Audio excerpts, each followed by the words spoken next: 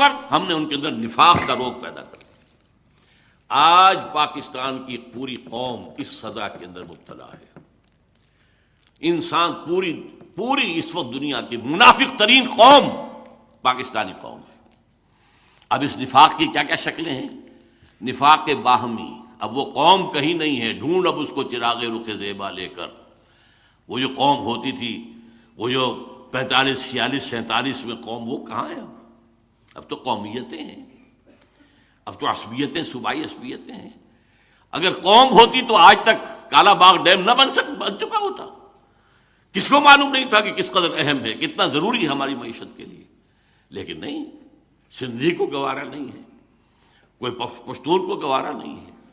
ایک قوم ہم نہیں ہیں، اب قومیتیں، عصبیتیں ہیں، نسلی ہیں، لسانی ہیں، مذہبی ہیں، تفرقہ مذہبی۔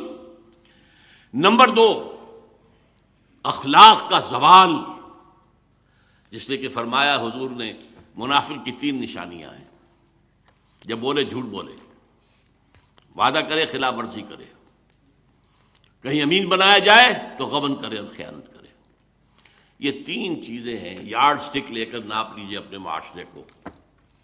اس معاشرے میں جو جتنا بڑا ہے اتنا ہی بڑا جھوٹا ہے، جو جتنا بڑا ہے اتنا ہی بڑا وعدہ خلاف ہے۔ آج آپ کا بادشاہ وہ ہے جو کہتا ہے وعدے کیا شے ہوتی ہے، کیا چیز ہوتی ہے؟ یہ تو صرف جو ہے کہنے کی باتیں ہوتی ہیں۔ بادشاہ ہے آپ کا، اور میں اس کو برا نہیں کہتا، میں کہتا ہوں اعمالکم اموالکم، حدیث سنائی تھی آپ کو زید صاحب نے۔ ہمارے اپنے اعمال ہیں جو ہمارے اوپر جو ہیں حکمران بن گئے ہیں۔ یہ کردار، یہ ہے ہمارا انڈیکس، علامت ہے اس قوم کے کردار کی۔ جھوٹ اور وعدہ خلافی اور غبن، اربوں کے غبن، اس میں تو ہم انتہا کر گئے۔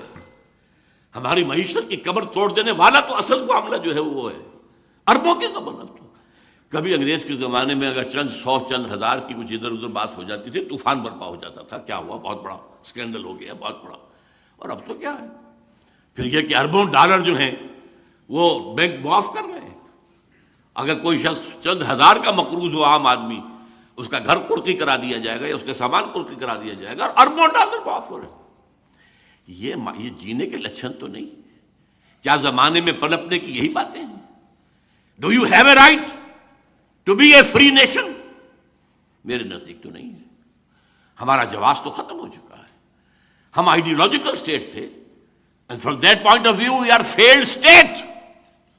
آئیڈیالوجی وہ کہاں ہے؟ کہیں بھی نہیں ہے۔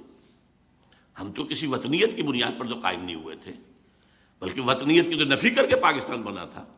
ان تازہ خداؤں میں بڑا سب سے وطن ہے، جو پیرہن اس کا ہے وہ مذہب کا کفن ہے۔